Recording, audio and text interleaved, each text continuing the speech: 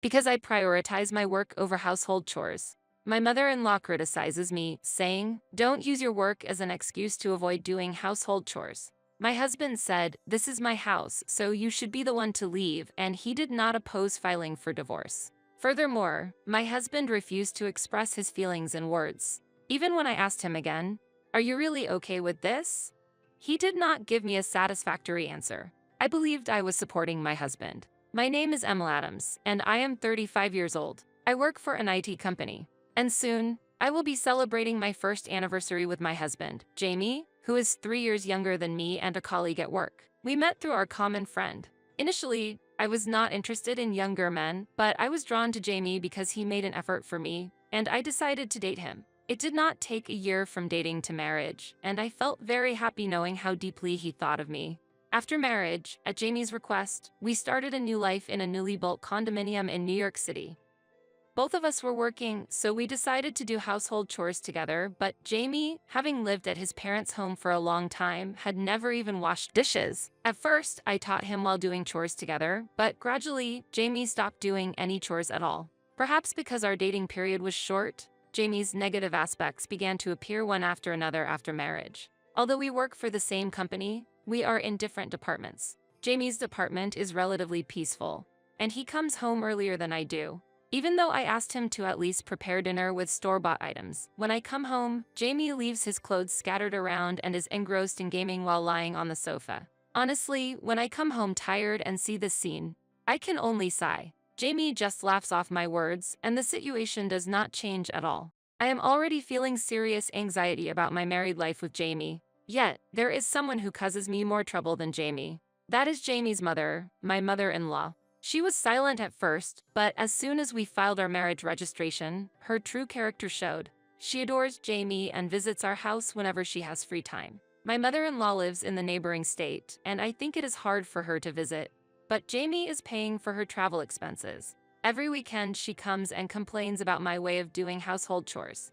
I want to relax at least on weekends.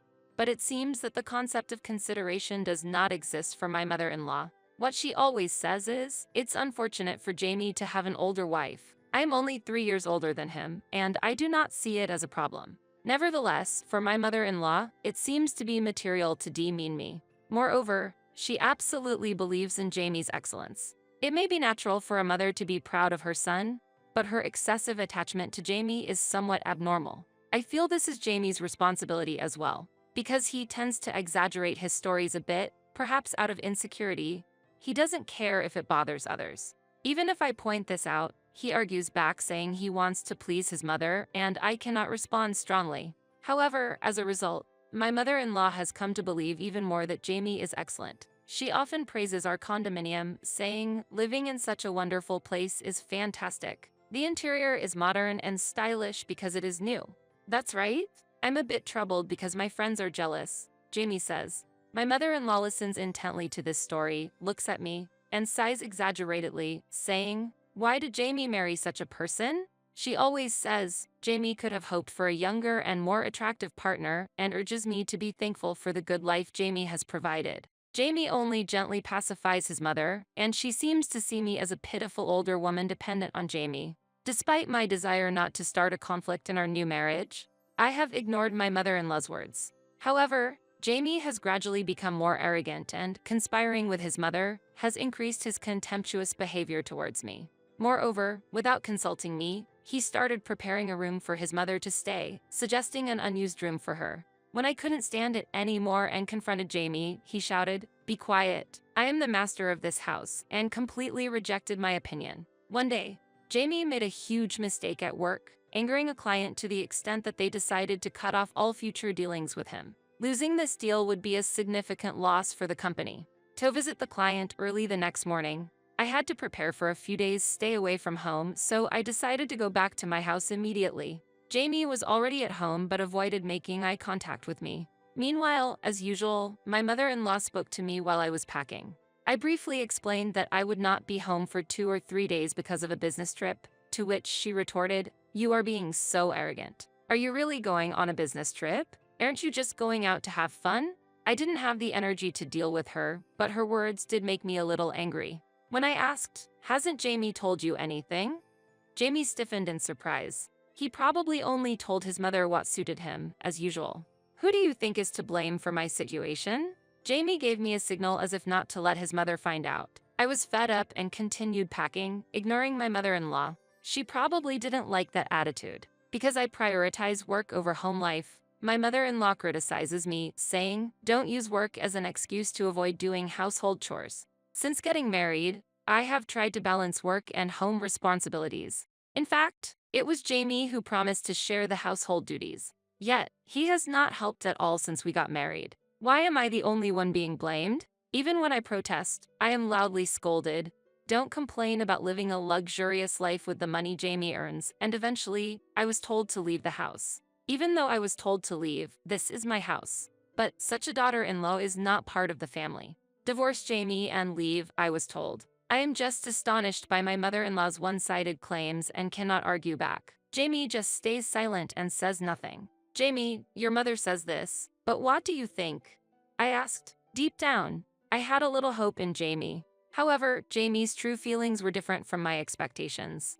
Yeah, Mom says so too, and I've been thinking we don't get along, he answered and pulled out an already completed divorce form. Then he said, "This is my house, so you should be the one to leave." He told me that, initially he didn't want to date me, and he reluctantly married me, fearing I would do something awful if we broke up. Hearing this, my anger welled up, but in that moment, my love for Jamie completely vanished. Alright, let's get divorced. I'll come back for my things later. At that, my mother-in-law looked triumphant. I could no longer stand to breathe the same air with them.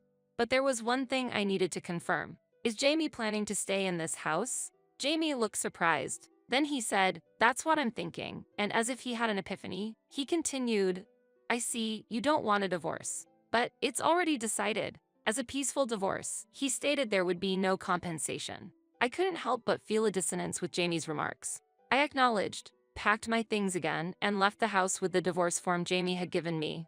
The next day, I filed the divorce papers at my business trip location and reported it to Jamie via email, to which he replied, "Understood, keep up the good work." While reading that message, I was already considering other matters. I was relieved that I managed to negotiate well with the client and overcome the company's crisis. About a month after separating from Jamie, he and his mother suddenly appeared at the company where I work. "Call Emma immediately," his mother demanded loudly at the reception, and I guided them to the meeting room with a bad feeling. Then, I received a one-sided accusation that she had been kicked out of the condominium. I could not sympathize with that claim. It was me who was kicked out, and Jamie and his mother were the one who kept living in that condominium. When I argued back, Jamie started talking in a flustered manner. "Why didn't you tell me the rent was $10,000? Because of you, I've been utterly embarrassed." It seems that Jamie and his mother were questioned by the condominium's owner because they couldn't pay the rent. Can't believe it. Didn't you even grasp how much the rent was? I asked, and Jamie's face turned red. "I thought it would be about $1,000 a month to live there," he explained. Jamie had misunderstood that one could live in a luxury condominium in the city center for such a cheap price. How ignorant he was.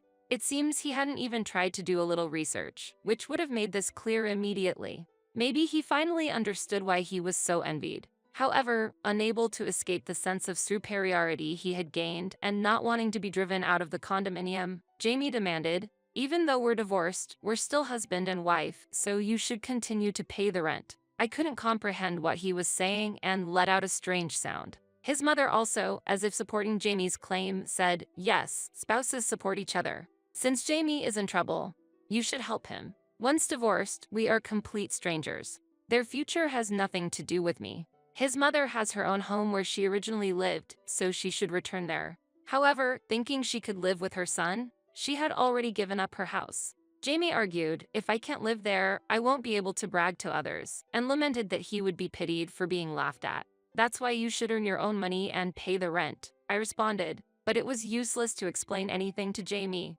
It's truly troublesome that he would even come to my workplace. I was surprised to hear, "Emma, isn't your salary a bit higher than Jamie's? You should have just said so," his mother said dismissively. At his mother's "a bit," I couldn't hold back and burst out laughing. Even now, Jamie was still putting on airs to his mother. As I laughed, his mother became angry. However, I ignored her and told the truth. "It's not just a little. My income is dozens of times higher than Jamie's. His mother seemed utterly unable to comprehend what I was saying. For her, it was an unexpected story, and she scoffed at me as if I was foolish. She couldn't imagine that her precious son, whom she had praised so much, earned less than me. During our marriage, I paid for most of our living expenses, but I thought it might hurt Jamie's pride to speak the truth, so I used to nod along with Jamie and let his mother's words pass. However, one should be able to realize that it's unrealistic to live in a condominium that costs $10,000 a month if they thought about it a bit.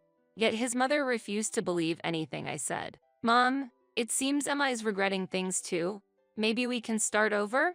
Jamie proposed to his mother. She said, well, pretending to think a bit, and then stated that she would be willing to return if I continued to pay the condominium's rent as before. It appears they really want to live in that condominium. Realizing that he would have to cover his mother's expenses as well because I had been paying most of the living costs, Jamie probably felt I was just a wallet to them. Exhausted by their blatantly obvious intentions, I took a moment before telling Jamie that I needed to speak with him. Jamie looked eerily pleased, as if imagining what was about to happen. Then, I handed him a piece of paper. The document was marked Contract Termination Notice. Both Jamie and his mother were shocked, their eyes wide. I completely ignored them and informed them that the contract would be terminated this month. Jamie turned pale, trembling as he stared at the document. Termination of the contract? What are you talking about? You don't have that authority. His mother screamed incredulously. Why? Because I am actually the president of the company. His mother lost her words, realizing the truth. Before we got married, I had heard that Jamie was working at a large corporation, but after we got married, it became clear that he was actually a temporary employee. And since his contract was ending at the end of that month, I decided to bring him into my company. Fortunately, my company was busy and in need of help. Jamie, who liked to boast, had told his mother that he was scouted by my current company. He didn't want to disappoint his mother and asked me to keep it a secret that I was the president and that he was working at my company.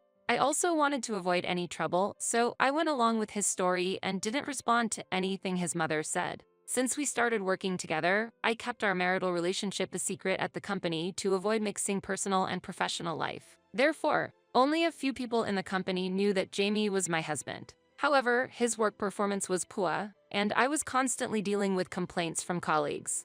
Despite his tasks not being particularly complicated, he frequently made mistakes and often arrived late or was absent without notice. Since we commute separately, even as a cohabitant, I hadn't noticed this. However, despite being severely reprimanded by a superior for a recent mistake, Jamie incredulously resisted and showed no signs of remorse, insisting he was not at fault. Certainly, I could understand Jamie's attitude if the fault lay with someone else, but in this case, it was clearly his own fault. From the beginning, I had hired Jamie not as a permanent employee, but on a renewable contract basis. This policy was applied equally to all employees, and I could not make an exception just for Jamie. He had his grievances but followed the company's policies. Now, as the time for contract renewal approached, it presented a perfect opportunity to terminate his contract. Upon learning this truth, his mother was shocked, and Jamie was sweating bullets, lost for words. His mother had accused me of being a liar, but when I showed her my business card, she finally acknowledged that I was indeed an entrepreneur.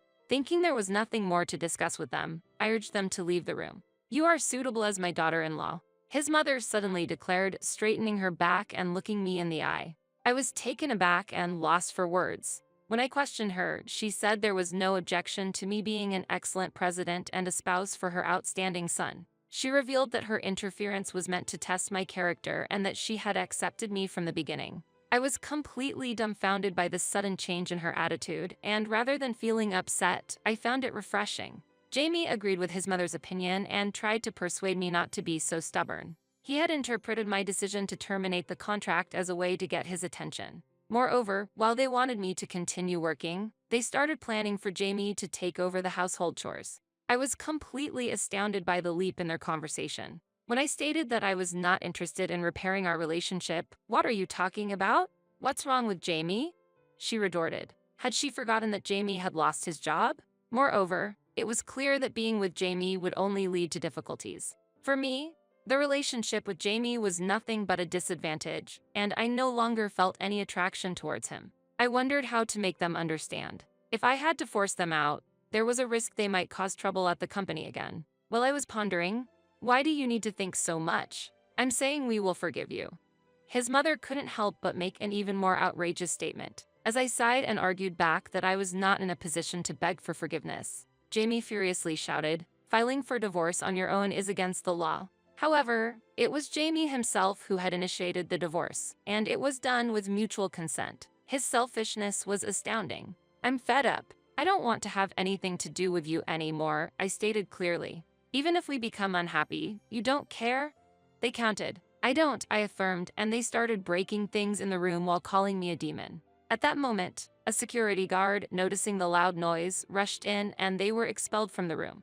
The situation had deteriorated significantly, and eventually, we had to call the police, and they were taken away for causing a disturbance. Since then, we have communicated only through lawyers, and I have not seen them since. After losing their jobs and home, they decided to move to the countryside to live with a distant relative. However, Jamie struggled to find a job, and the job he finally got involved mostly manual labor, which he found difficult. I received a call from his mother just once, asking for a division of property due to financial difficulties. But as my marriage to Jamie lasted less than a year, there was effectively no shared property to speak of. Even after explaining this, his mother did not understand and kept asking for help repeatedly, but I warned her that if there were any further nuisances, I would counterclaim for damages. After that, the contacts ceased. Through these series of events, I have deeply reflected on my poor judgment in men. I must admit that I have always been drawn to inappropriate partners. Yet, I still harbored a glimmer of hope for Jamie.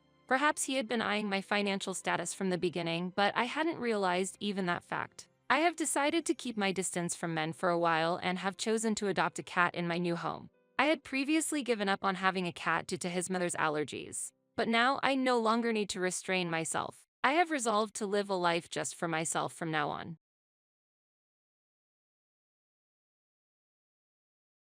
"Get out of here." John's words shocked me. I stood frozen in surprise, my mouth agape, wordless. It seems they do not understand their position. They better brace themselves. There's no other way but to make them understand my position. The moment I resolved myself, a wry smile appeared on my face. "My name is Wendy Smith.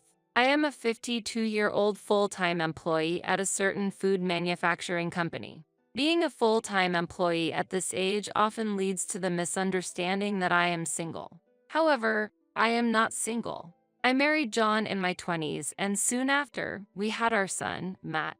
Matt has since become independent and is married. Currently, I live happily with John and my mother-in-law, Diane, just the three of us. But it's not without its problems. Diane has aged, and her legs have grown significantly weaker. There are often times when I need to support her. However, John tends to ignore his mother's condition. "She's your mother. Don't you think about helping?" When I asked, John turned his face away. I wish he would be more considerate of the family. Especially lately, I've felt this way more frequently. John works as a graphic designer, currently freelance, but he used to work in the creative department of an advertising agency. That's where we met, when he came to my company on business. "Do you have any questions?" John asked me. This part is a bit. "Oh, I'm sorry, I shouldn't be commenting as an amateur. No, advertising isn't just for professionals. Your opinion is valuable," John kindly replied. He was a warm-hearted person. That was my first impression of John. After some business interactions, John proposed we start dating, which, needless to say, led to marriage. However, about 10 years after our marriage, John mentioned he wanted to quit his job and start his own business. "Can you really make a living on your own?" I continued working after our marriage, so we had a comfortable life. But our son, Matt, was already in upper elementary school at this time. While there were no issues currently, we anticipated future expenses like tutoring. Plus, we had to consider the possibility of neither John or I being able to work in the future. For these reasons, I couldn't agree with John giving up his stable situation. This led me to question him. "I can still get work from my current workplace, so don't worry. You work from home too, right?" "How? Work from home? You used to go to the office, but now you work from home, right?" Indeed, I had transitioned to telework after getting married, primarily to ensure I had time at home and to prioritize household chores. There was a vacancy for the company's online store operations, which suited me perfectly. Thus, I decided to continue teleworking. However, John seemed to misunderstand that I had quit my job to do a side business at home. That's not a side business. It's just my job being done from home. No need to exaggerate. Whether it's a side job or not, it's still proper work. No matter how many times I explained, John wouldn't accept it. As a result, our conversation ended without resolving his misunderstanding. We had several discussions afterwards, but John never changed his stance.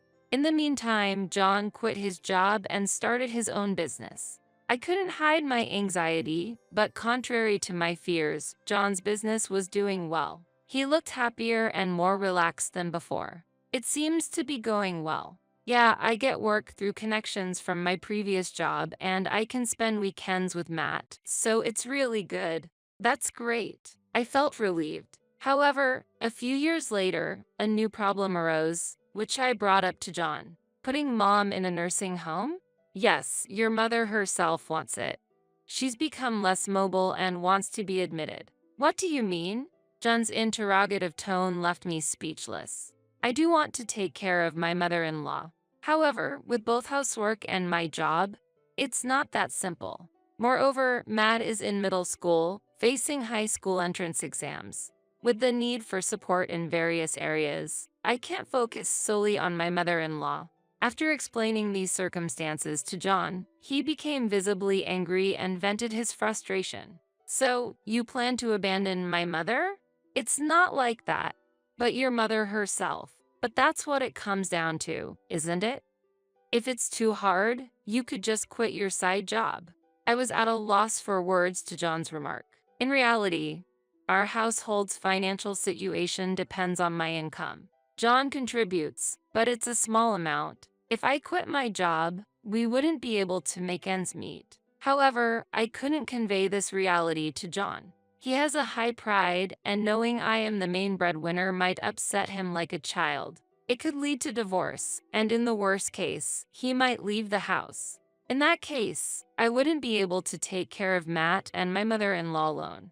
So, I remained silent. This silence marked the end of the discussion. Even if we didn't send my mother-in-law to a nursing home, my burden wouldn't increase. Indeed, her mobility has declined, but she can still manage most of her daily life on her own, and there are few situations where she needs my help. If she can sit in a chair, she can even cook. Therefore, having my mother-in-law at home to help with household tasks was actually more helpful for me. As time went by, Matt graduated from high school and moved out for college. My burden was significantly reduced, and gradually, I could pay more attention to my mother-in-law. One holiday, we planned to go shopping at her request. I asked John to drive us. Hey, could you drive us? I'm going shopping with your mother. Sorry, I have work today, John said, dressed in a suit, but something felt off. What's with the suit? Oh, this. I got it new. It was a bit expensive, but it's important to look the part as the owner, John explained. I understood his reasoning, but it had been quite some time since he started his business. It made me wonder. I recalled an internet article suggesting that sudden changes in attire could be a sign of infidelity. Yet, there was no concrete evidence. Reluctantly, after seeing John off, I went out with my mother-in-law in a taxi, but couldn't stop thinking about John all day.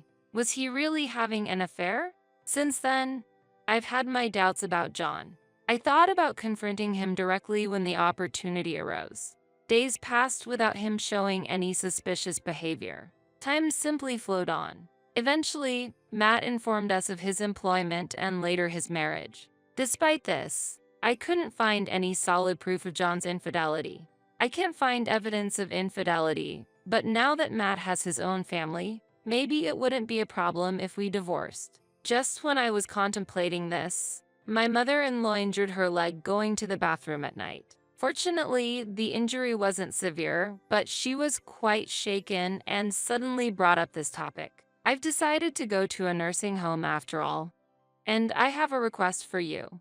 The situation was completely different from before.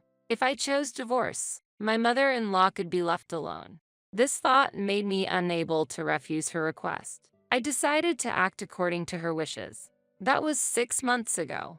Since then, I've been visiting my mother-in-law every weekend. After all, I'm concerned about your mother and can't bring myself to think about divorce. Maturing to myself, I returned home. I'm back. Mom, welcome back, Matt said. His wife, Sarah, was also there. We've been waiting for you, Mother. Why are Matt and his family here? Wondering, I asked Matt. Matt, why are you here? Well, just as Matt was about to answer, John appeared from behind and said to me, "You're so heartless. I've considered divorcing you and called everyone here." What do you mean? It's about Mom. You haven't fulfilled your duties as a wife. John raised his voice. I trembled in shock. But your mother. Before I could argue, John interrupted. No excuses. From now on, you're moving out, and Matt's family will live here. Stunned by his declaration, Sarah added insult to injury by yelling at me. Yeah, disappear quickly. Annoying parasite. I was dumbfounded, unable to form a response. I felt an impulsive need to argue back. So, it was true. My feelings were not accepted. John didn't care about me at all. That's why he could say such things with ease. Why did I endure all this? Without much thought, I realized I should have divorced sooner to avoid this humiliation. It was too much. I had to show them my worth by any means necessary. With a bitter smile, I said, "Understood. I'll leave." I declared this and left the room, glancing sideways at them. I went straight to my room, grabbing only a change of clothes and my work laptop, along with my bank book and a few valuables. I packed the essentials in a travel bag. Are you really planning to divorce? Yes, I am, I replied, picking up my luggage. After a moment of contemplation, I proposed to John. I've decided. We'll divorce amicably for $10,000. If that's unacceptable, I'll hire a lawyer and deal with it thoroughly. It might be modest for adultery compensation. However, I didn't have the energy to fight with John at this point. So, I deliberately offered terms favorable to John. Why should I pay compensation? Because you're the one who brought up divorce. But I stared at John as he hesitated. Smiling, I said, "Then, shall we go through a lawyer? If adultery is discovered, it won't end with just $10,000. What? At least $30,000. If you're innocent, that should be fine, right?" It was clear what choice John would make. It was a strategy that risked everything. Seeing John grit his teeth in anger, I was internally convinced. He must have been unfaithful, but I couldn't obtain proof. Therefore, I decided to bluff as if I had evidence to pressure John. What will it be? If we go to a lawyer, I'll also demand compensation from your affair partner. I don't want to cause unnecessary worry for your mother. I'd rather not escalate the issue, but faced with these words, John reluctantly replied, "Fine.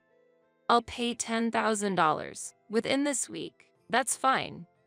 I'll come back on the weekend and then we can, settle the divorce papers." Saying this, I slipped past John with a smile and left the house. Afterward, I headed to a nearby cafe to start looking for a new place to live. My options were limited to a short-stay apartment. Guess I'll settle for this for now. Reluctantly renting a short-stay apartment, I decided to stay there for the time being. On the promised weekend, I went to my in-laws' house where John was. When I rang the doorbell, Sarah appeared. "Oh, what brings you here?" "Just here to pick up some things. And to take things like the divorce papers."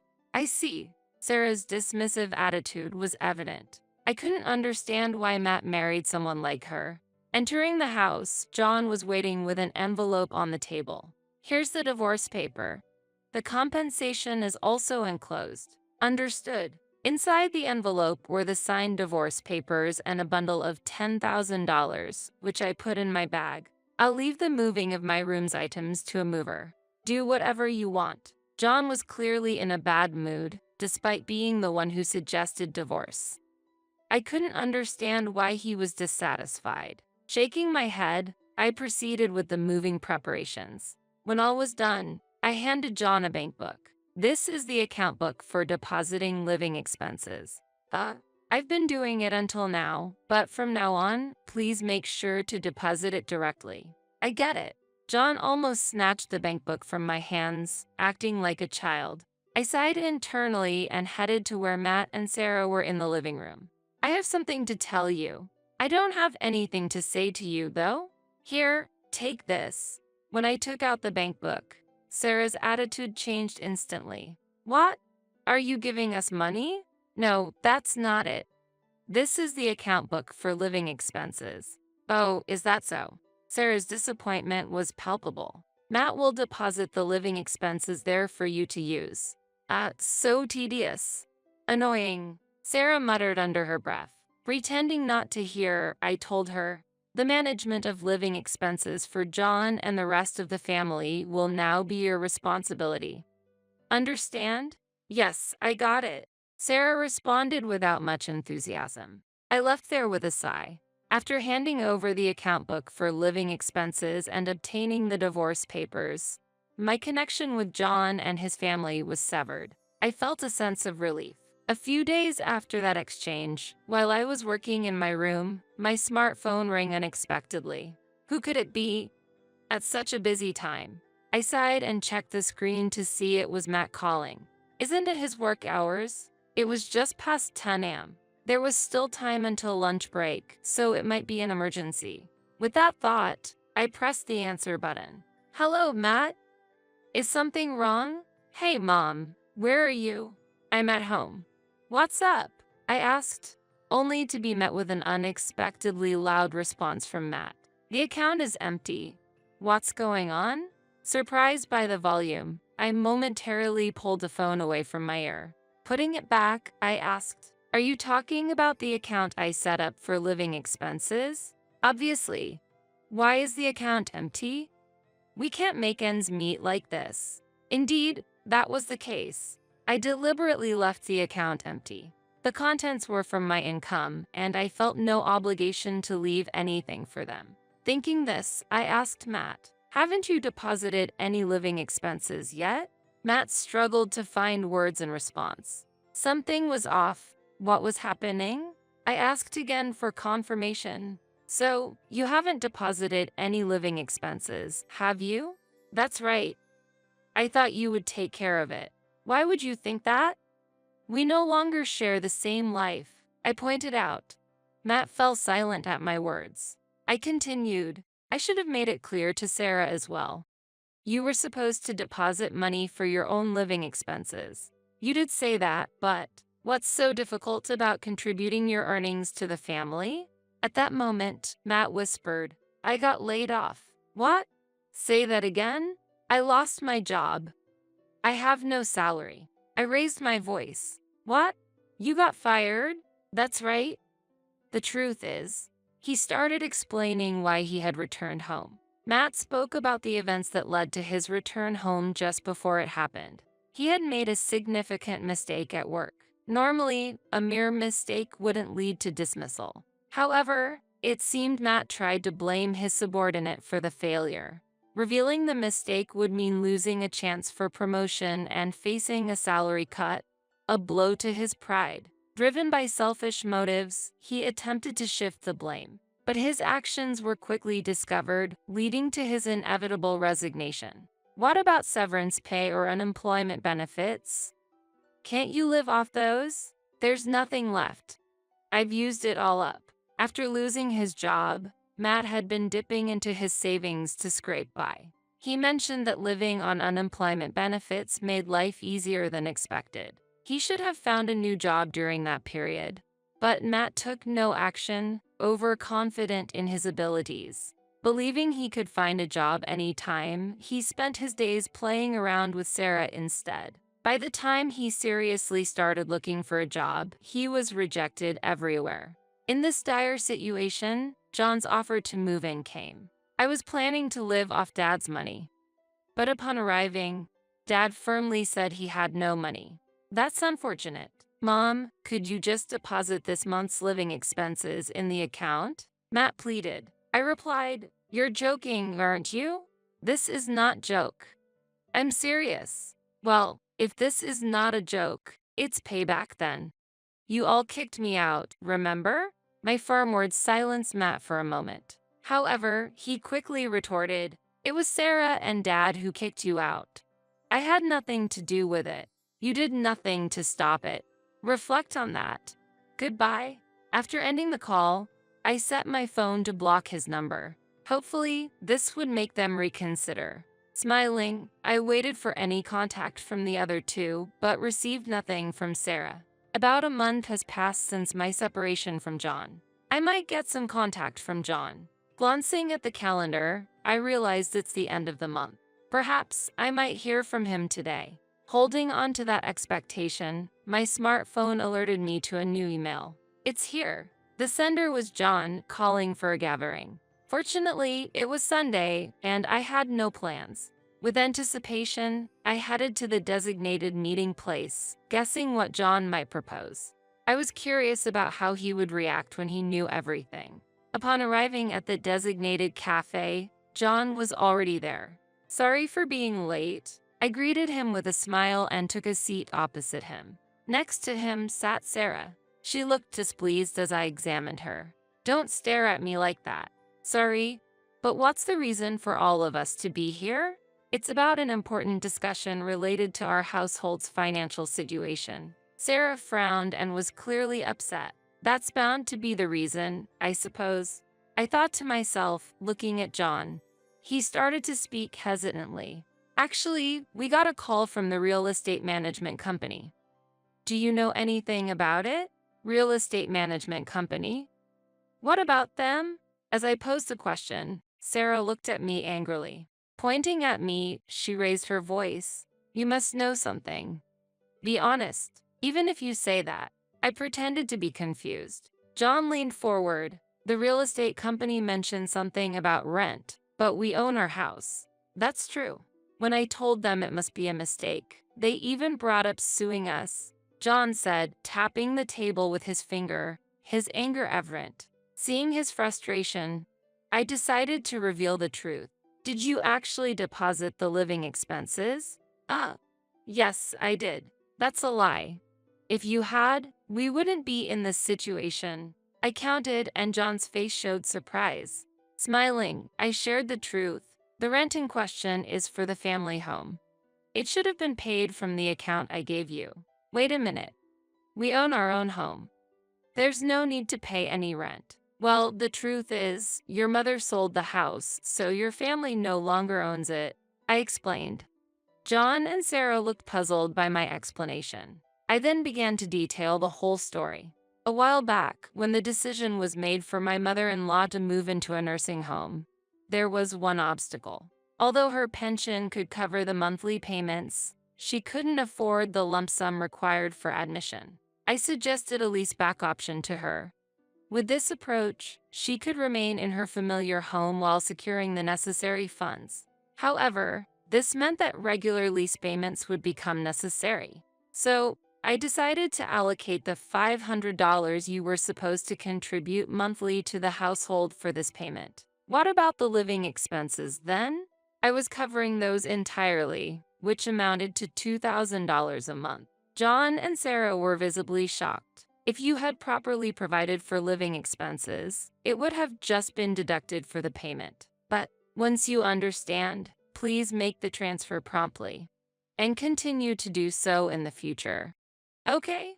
As I smiled, John began to panic. Sensing something was off, John finally confessed his true situation. "Actually, my business failed and the company went bankrupt." "Why did that happen?" Well, as John hesitated, Sarah indignantly pointed out, "He was having an affair and spent a fortune on that woman. That's why we're broke." According to Sarah, John had used the business funds to lavish money on his mistress, leading to the business's collapse.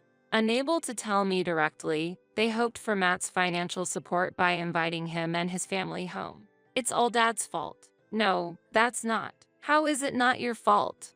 "Pushing your responsibility onto others. You and your son are the same." Sarah erupted and an argument ensued. As they began to quarrel, I quietly left the scene. Later on, John and Matt struggled to find reemployment, and with the rent deadline approaching, they reluctantly started working part-time in retail. However, Matt couldn't stand being instructed by younger part-timers and quit. John, mocked for his age in his 50s, lost the will to continue working. Ultimately, they ended up borrowing money from dubious lenders and were forced to work on a fishing boat to repay their debts. Now, they are reportedly working on crab fishing boats in the north. Meanwhile, Sarah, having given up on them, returned to her parents' house temporarily. However, debt collectors visited there too, so she's currently working night shifts. As for myself, I'm enjoying living alone, occasionally visiting my mother-in-law in the nursing home, and leading a fulfilling life. My mother-in-law sometimes asks about remarriage, but I'm not in that mindset yet. However, there's someone at the nursing home who has caught my attention. It seems my mother-in-law has noticed too, but for now, I wish to just watch how things unfold. I am Tiffany Stone, 48 years old. I work in an accounting position at an air conditioning company. At home, I live with my husband Edward and my mother-in-law. We have no children. I first met Edward at a large real estate development company where I previously worked, and he had just joined as a new employee. I thought Edward was one of those modern men as I saw him being liked by female colleagues and older male employees too. However, for some reason, Edward said, other accounting staff seem a bit inapproachable. But there's something warm and nice about you, Tiffany, and he started to hand me the accounting documents exclusively. I wasn't sure whether he was a natural airhead or just slow, but there would often be errors in the documents, or they were submitted just before the deadline. Each time, he would show an apologetic attitude but kept repeating the same mistakes, resulting in me having to do a lot of overtime. Is he savvy? Or is he just cleverly maneuvering things? While maintaining a smile outwardly, I felt a bit distressed inside. However, when he saw me struggling with a company-provided stationery, he would sometimes offer me the stationery he recommended. This attention to detail didn't seem like mere flattery. I eventually fell under his spell and ended up supporting him. We grew closer when I felt ill on the train during our commute. Possibly due to consecutive overtime work during the busy season, I couldn't bear the crowd on the train and became dizzy. Somehow, I managed to reach the station I get off for work, but I was exhausted and sat on a bench on the platform, unable to move, feeling nauseous. Edward noticed me and, without caring about his suit getting dirty, carried me to the medical room under the station staff's guidance. There, I took some medicine I had with me, rested a bit, and felt better. When I contacted the workplace, my boss instructed me to go home immediately. Edward was ordered to ensure my safe return home. Despite my refusal, he ended up escorting me home. The next morning, I went to work as usual, apologized to my boss and colleagues, and explained the situation to Edward and his boss in the sales department. I'm really sorry for the inconvenience. I'd like to do something to make it up to you. Then, how about treating me to dinner on Friday?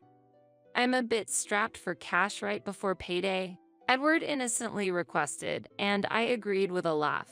I thought it would be a one-time dinner, but later he said I've received my salary, so let me treat you this time. As we exchanged tokens of appreciation, people around us started to see us as a couple. However, I was the only one who hurried to deny it. Edward, as always, was carefree and said, "There's no need to deny it so hastily." And before we knew it, we were treated as an official couple. 2 years later, at the age of 28, Edward proposed to me, saying, "If we get married, everyone will be at ease." So we got married. Feeling awkward about working in the same place, Edward encouraged me to quit, which was kind of unexpected. You're at the right age, and it would be better to focus on having children. Not just Edward, but also my mother-in-law strongly suggested, so I resigned. For our post-marriage living arrangements, we initially considered living in this area assuming dual income, but we were suggested to live at my father-in-law's place. My father-in-law had died 10 years ago, and after my sister-in-law, Amy, got married and moved out, Edward and my mother-in-law had been living there alone. Although I assumed we would live together eventually, starting from the beginning was unexpected. However, if Edward moved out, it would leave my mother-in-law alone, and she strongly opposed it. Convinced by the idea of saving on rent, we started living together upon getting married. Initially, there were no problems, and it was peaceful. Amy, a graduate of a prestigious university and working for a major trading company, was my mother-in-law's pride, while she showed little interest in Edward. Amy started her new life in a condo 30 minutes from downtown and often asked her mother for help around the house. "Mom, come help. I'm too busy to handle the house chores," she would plead, and my mother-in-law, pleased, would say, "I have to support her," and helped with cooking, cleaning, and laundry at Amy's condo. Sometimes, when my mother-in-law couldn't manage things by herself, or when Amy took a break to enjoy afternoon tea with her, I was also asked to help. Normally, my mother-in-law didn't interfere much with Edward's and my life, making our living together more comfortable than I had expected. That's why I thought helping my sister-in-law Amy with household chores occasionally wasn't such a big deal. However, one day, Amy and my mother-in-law went on a vacation, and during that time, I was tasked with tidying up Amy's house. Amy was concerned that her husband, Nathan, would be inconvenienced when he returned home, so she asked me to take care of the house chores while she was away. "After we leave, please take care of cleaning, laundry, and meal preparations," she instructed, so I began the tasks in her condo as requested. I cleaned the house, washed and ironed clothes, following the routine flow of daily chores. When it came to storing food in the refrigerator, I remembered that Amy emphasized, "Make sure to chill my husband's favorite beer," but I could not find the beer anywhere, only mineral water and health drinks were visible. Blaming myself for not checking in advance, I decided to rush out to shop. I headed to the nearby supermarket. Despite searching, I couldn't find the specific beer brand. The Belgian beer Nathan preferred was a rare item, not as readily available as typical American brands. Initially, I thought I could find it in another store, but after visiting several supermarkets and drugstores nearby, I could not find that specific brand anywhere.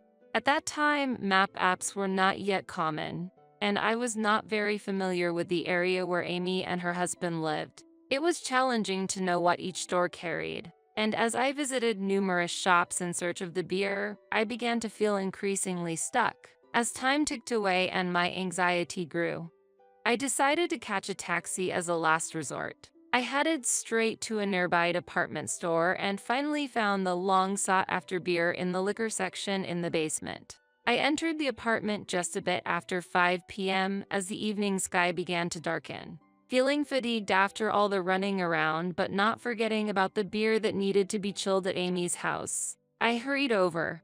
An unexpected scene awaited me there. In the living room, I saw Nathan, who had returned home earlier than usual. "Nathan, you're back early," I exclaimed in surprise and began tidying up the apron and various food-filled bags on the messy sofa. Suddenly, Nathan asked, "What's all this about?" My wife said we hired a professional for housework, which left me slightly perplexed. According to Nathan, there had been plans to call his mother from his distant hometown to live together, supporting their busy life as a working couple. He explained, "Our family, just like my wife's, doesn't have a father anymore, and I'm an only child. My mother has no one but me to rely on, and I wanted her to live with us here in exchange for her support with the housework." However, Amy had strongly argued, "If possible, I also want to bring my mother here to live with us. But favoritism is not fair and goes against justice." This statement was laden with a deep wish for balance and fairness within the family. Eventually, a solution satisfactory to both families was found, and they decided to seek external help for the housework. The cost for this service was to be equally shared by Amy and Nathan to ensure fairness.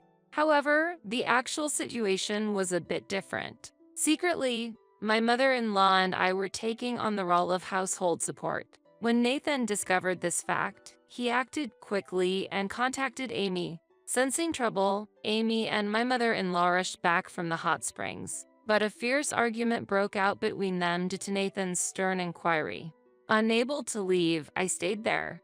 It was then revealed that Amy had been using the money given for household support for personal beauty and relaxation, as well as to spend time with her mother.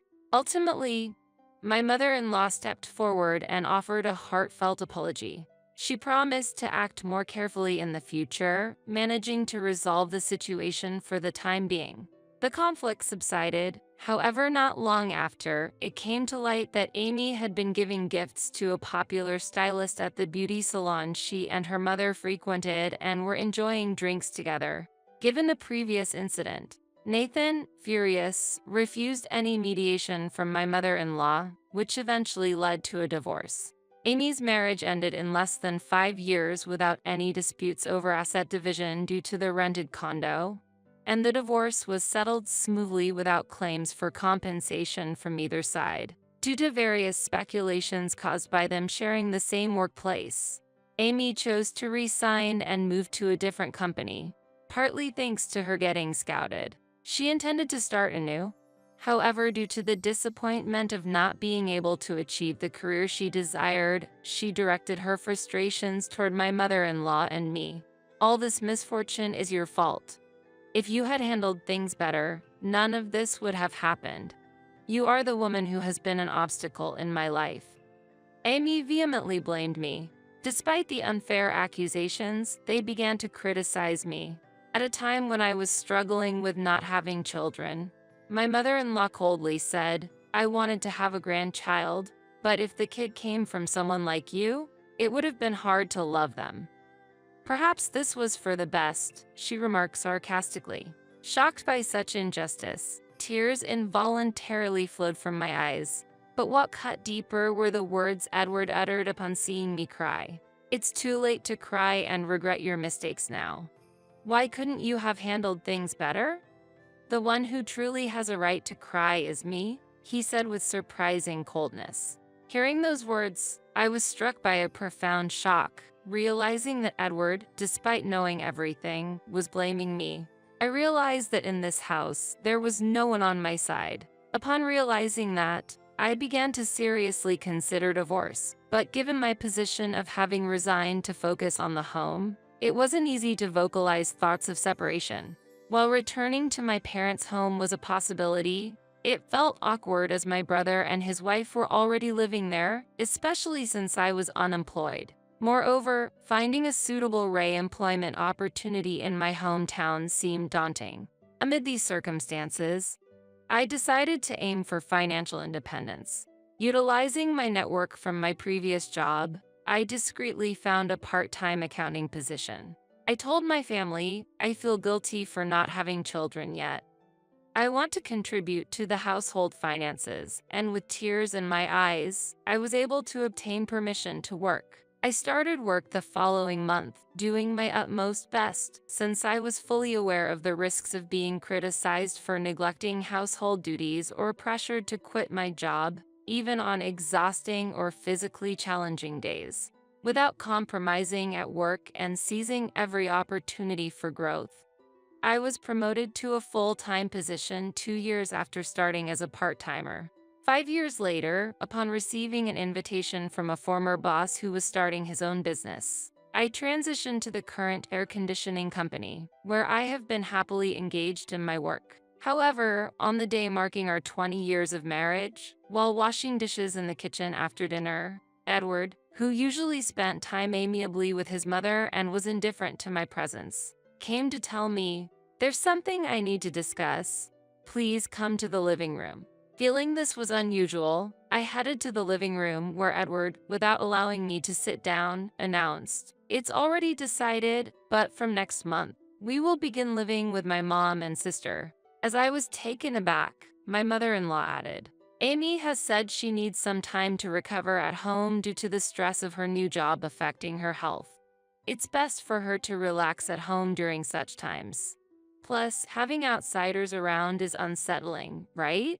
she said. She approached me and continued with a malicious snare. Outsiders should go back to their own homes, making a dismissive gesture. At that moment, both my mother-in-law and Edward were smirking at me, as if gauging my reaction, but inside, I was secretly delighted, thinking, I can finally gain my freedom. I turned to them with a calm smile and said, I understand. I will leave tomorrow afternoon and return to my room, leaving them astonished. The next day, after seeing Edward off to work, I waited for the antique dealer I had arranged the night before to arrive. My mother-in-law looked surprised at the unfamiliar dealer, but we proceeded with the work quickly without being distracted by her reaction.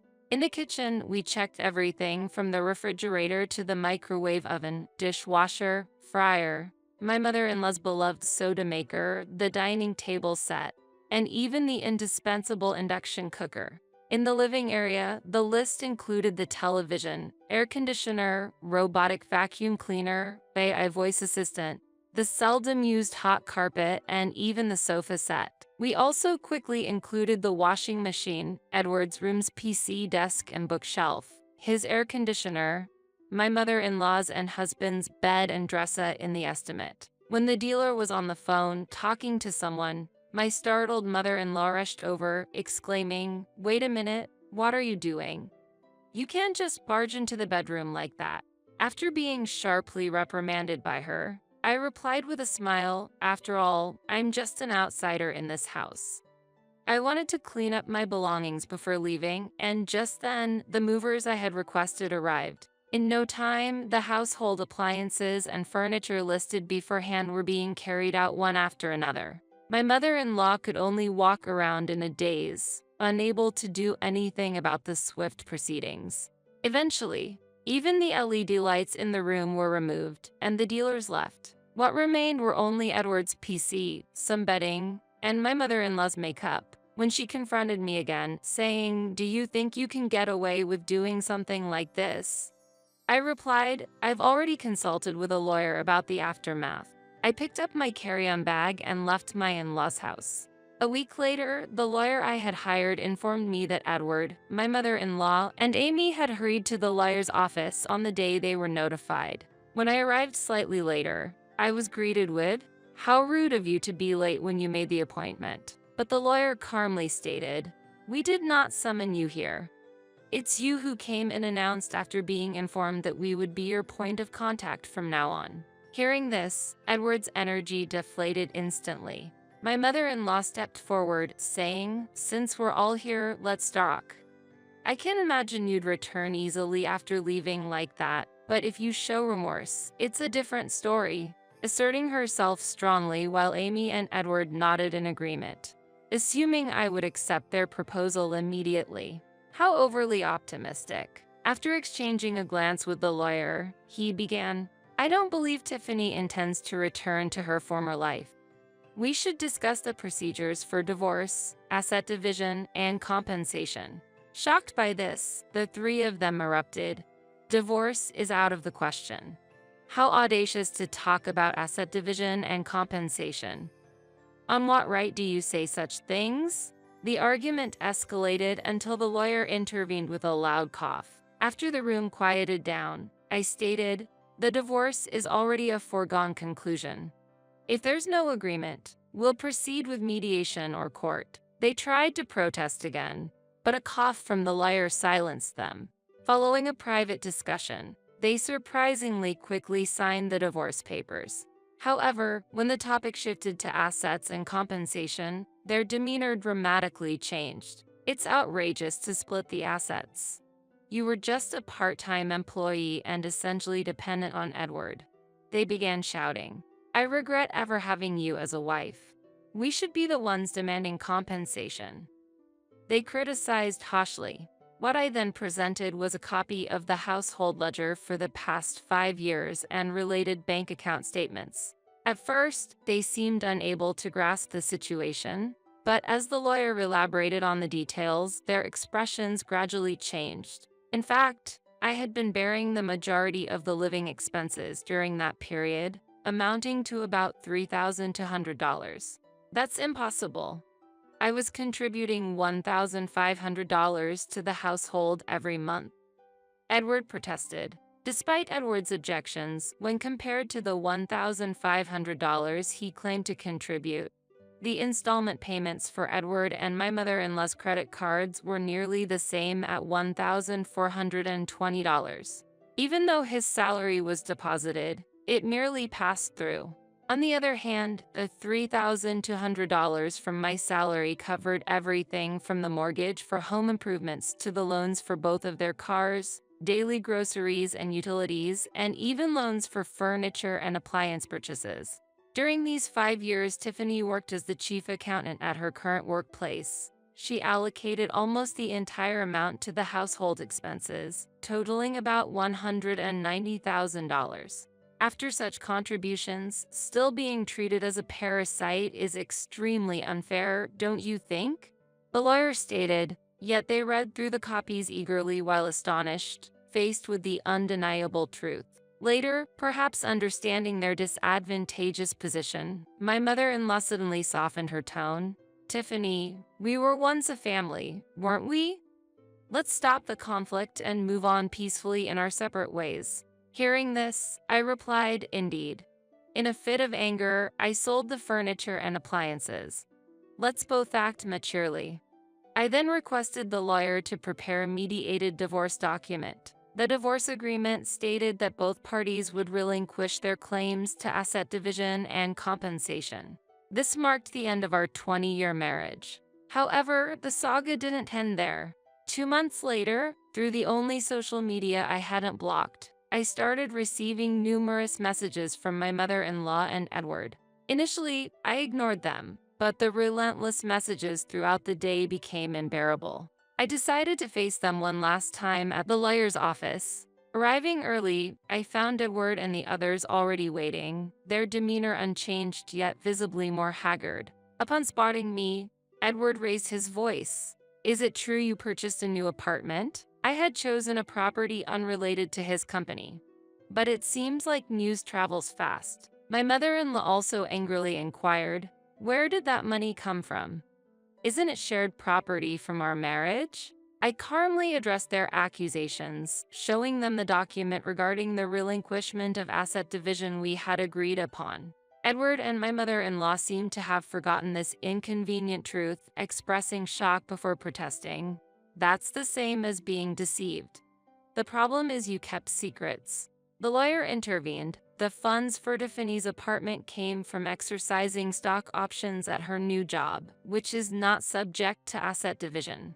If you have objections, we can proceed with legal action. Edward was at a loss for words. Meanwhile, my mother-in-law declared, fine, then I'll take this to court. I calmly responded, if that's the case, I'll also file for compensation. Edward's open search for a remarriage partner, even before our divorce, caused me significant emotional distress. With a smile, my statement turned my mother-in-law's face pale. Beside her, I addressed a bewildered Amy. Of course, I will file for compensation based on the mental distress I've experienced in the past. I have preserved all evidence of the insults and harassment directed at me, and laid out recording devices, data storage, and printed messages on the table, causing Amy's expression to change. I mentioned, Amy, do you know Megan Thompson? She is the daughter of my direct supervisor, surprising Amy even further. I had previously discussed this tumult with Executive Director Thompson, from whom I had received advice. His daughter Megan works in an important position overseeing a department at the company where I work. I've met her several times at various company events, like barbecues and year-end parties, where we had opportunities to interact. Megan is a charming individual who brightens the room, someone who can converse amicably with anyone. However, she had faced unreasonable harassment from her boss at the company she joined, impacting her mental health and leading to a leave of absence. Shockingly, the perpetrator was none other than my sister-in-law Amy. To touch a little on Megan's family background, her parents divorced when she was young, and she grew up in a father-daughter household with her father. As such, she largely grew up without the warm support of an older female figure. When she reached out to me wanting emotional support, I readily accepted her request. We talked over tea at a cafe, discussing everything from daily trivialities to her workplace woes.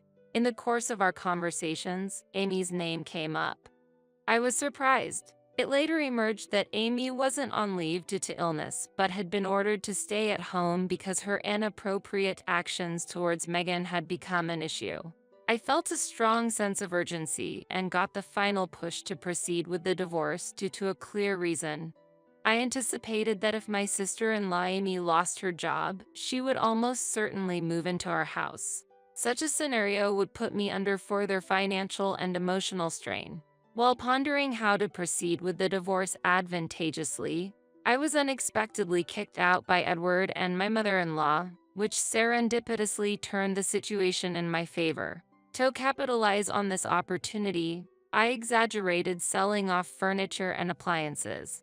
This act was a tactic to feign mutual loss to avoid property division and compensation claims, motivated by wanting to keep the movement of funds from exercising my hidden stock options.